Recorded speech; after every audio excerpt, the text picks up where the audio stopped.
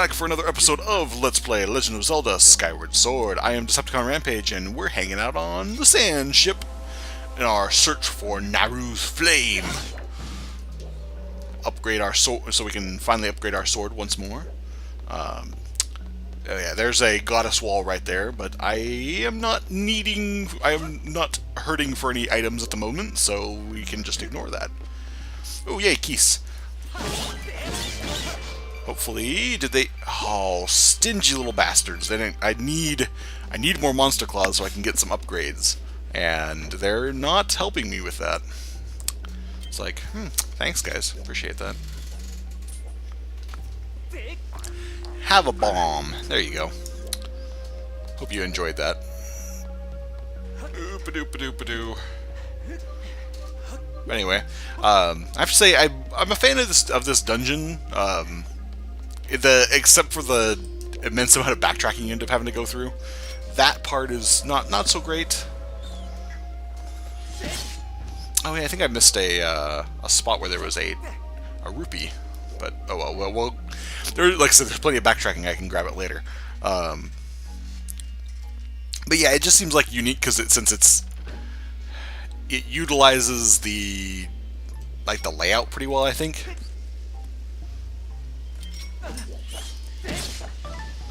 Come on, kill a bunch of them. Haha.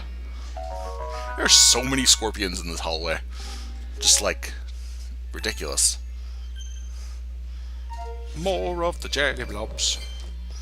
Jelly blobs, jelly blobs, jelly blobs.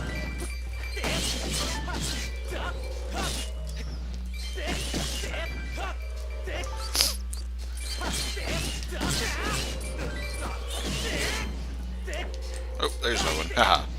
Knew you were around there somewhere. Okay.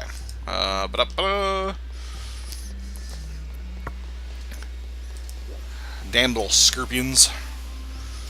Yes, scorpions. Oh. Fee, I know. Okay, so as much as I defend this game, I do see the point of Fee being kind of a pain. Just because she points out things that don't really need to be pointed out. I am on...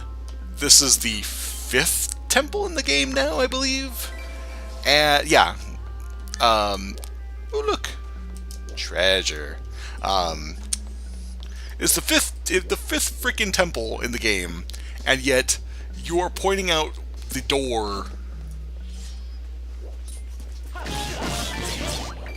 Yay, Monster Claw. Happy day. Now, if only I could get like 3 more within the confines of this temple at some point, that would be awesome. Because yeah, I think I'm pretty sure I need like 6 for when I was doing upgrades last time. But yes, anyway, she is frustrating on stuff like that because literally the doors are all look the same. You know, like again, the key is obviously different. Because it looks like something that that's themed, you know, in this case, I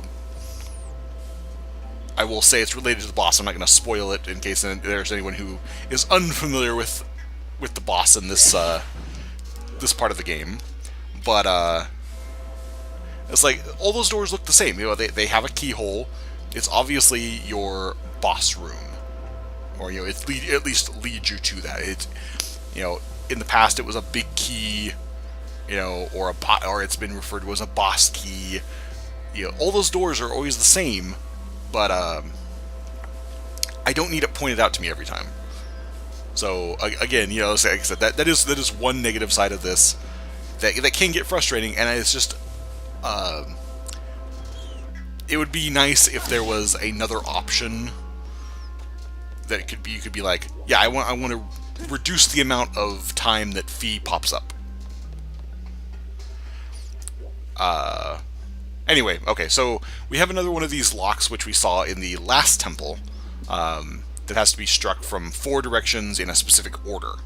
So with this, if you see, we have these wheels, and then the top of it is denoted by what's red. So the position of them on the floor will tell us, and then there's a lighted triangle that will tell us what direction we have to hit from. So, and then the order of them is determined by the number of red spokes. So this one is down for 1, and then we go to number 2 is up, number 3 is down, and number 4 is from the right. So, piece of cake. But again, it presents it in a way where unless you may not catch it immediately, you actually have to look at it, and because the wheels aren't all in the same position, so it's a matter of figuring out like what is the top, what is what point am I looking at this, what order do they go in, and like just glancing at them and be like, well, when I was doing my practice file, I was just going through here and I'm like, I don't remember what order this is in, and it took me a second to go, oh, okay, the red means it's the top, and then I happen to notice, okay, the number of spokes on there is what order they go in. So that was cool. So anywho, now that we have a key, we can return to the top level so we can get what's there, which I do believe is our mini boss, which is one that I personally am a big fan of. So we'll get there and be able to go through. I am a little concerned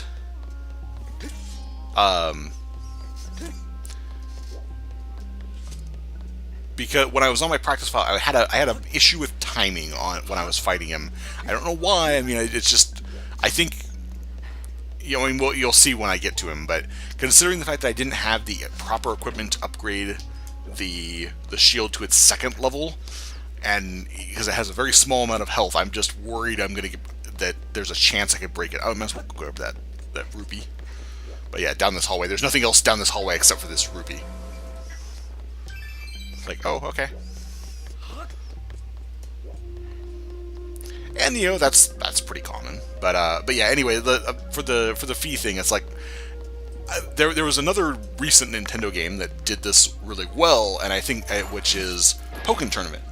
You have an advisor, and she is useful early on because she'll give you tips and stuff, but she can get kind of annoying. But you have the option to change her from like high to low to just turn her off completely. She'll make a commentary every once in a while, but it'll just be like just commentary. But yeah, anyway, so this is the mini boss here.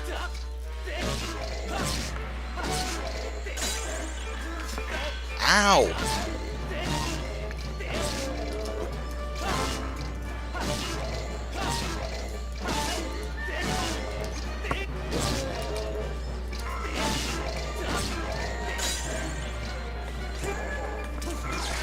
Damn it! See, that's what I mean. It feels like the wind up for it just takes too long. I'm just not waiting the proper time. I don't know. I don't remember having an issue with this boss before.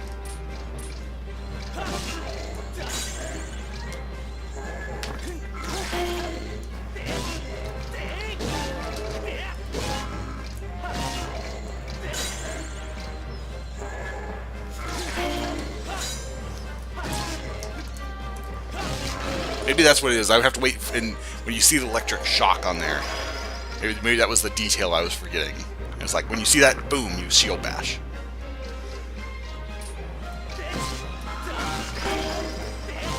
Of course, that's not going to make a difference. Oh, well, I just beat him. Okay, piece of cake. But yeah, I don't know. There was just something with the timing on that, and I was taking hits, and on my practice file, I actually have the next level shield, so it didn't matter as much, and it actually charges surprisingly fast. So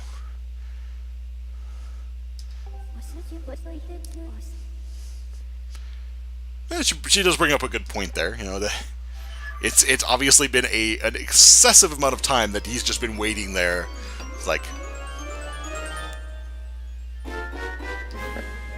when the good little robots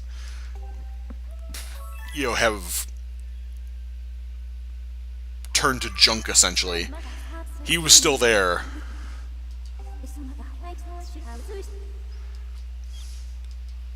Yep. Yep.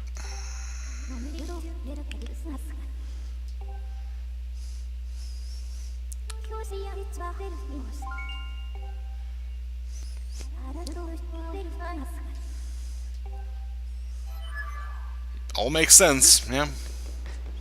Can't say it doesn't. But yeah, it's just some of the stuff that she points out is kind of obvious, I will say. And it's like, why did, I don't know why they felt the need to have to present it in that fashion, but it would just be nice if there was an option where you could turn her, where you could set her where she wasn't as frequent with the advice or commentary or whatever. It's like, just give me the option so that if I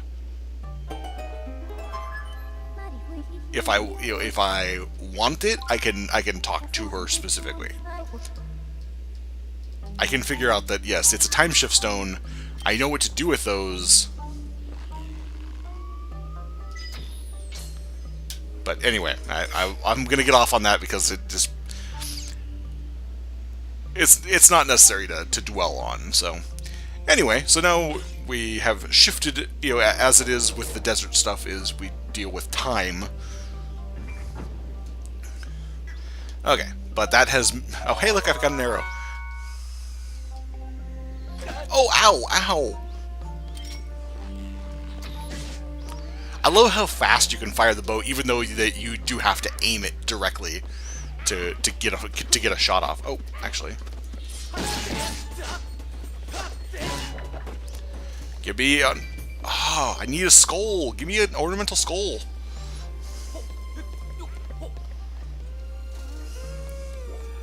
Anyway, let's clear the deck here.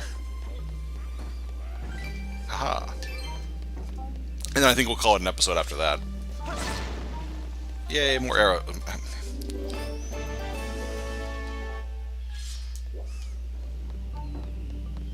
And... Oh, I actually did hit him, okay. Wasn't sure if it was going to connect or not.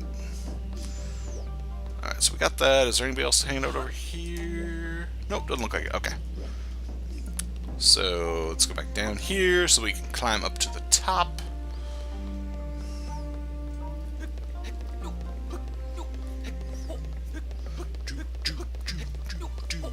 There we go.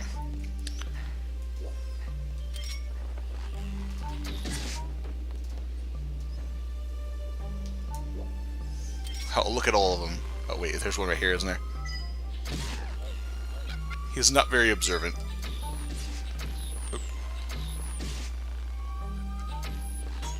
Oh, I missed.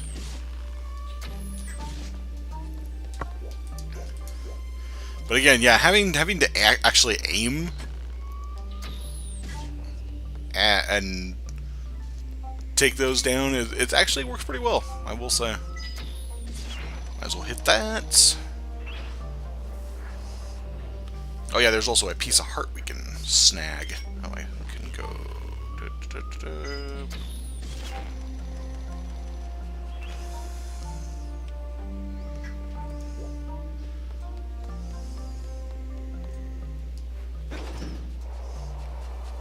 Riding on a pony, having lots of fun. Oh. Oops. I was aiming where it was before the zoom in occurred. Wow, I'm almost out of arrows.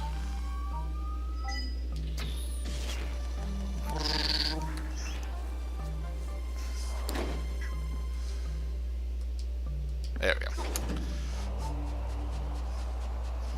Sometimes if you're right under it, like after it's done the thing, it won't do it immediately. No. There we go. I got miscalibrated there for a second. I twisted it the other direction and it did not work.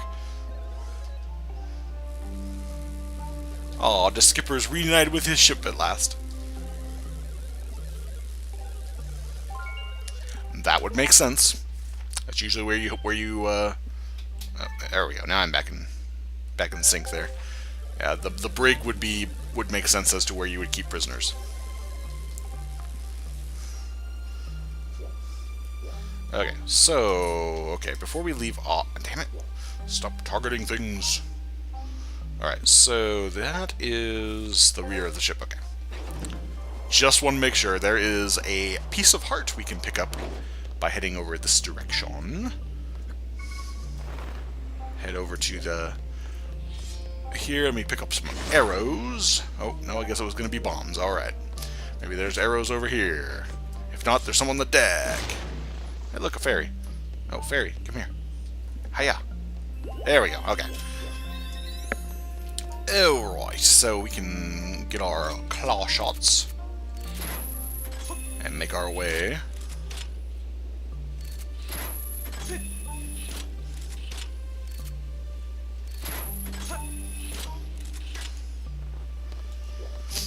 To the piece of heart. Oddly enough, I think one of the only dungeons that has a piece of heart in it. At least that I recall. It's not usually where they pop up like that. So that's another goddess wall there. Again, don't really need anything. I mean, I need arrows, but trying to draw the arrows, I have failed miraculously at that. I know you can get arrows off of there, but there are easier ways. Easier ways indeed.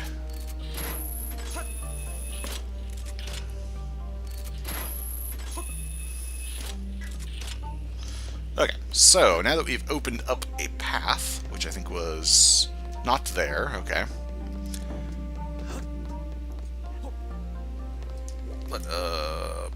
Oh, I think it was, yeah, we just go back in here. Oh, arrows, right.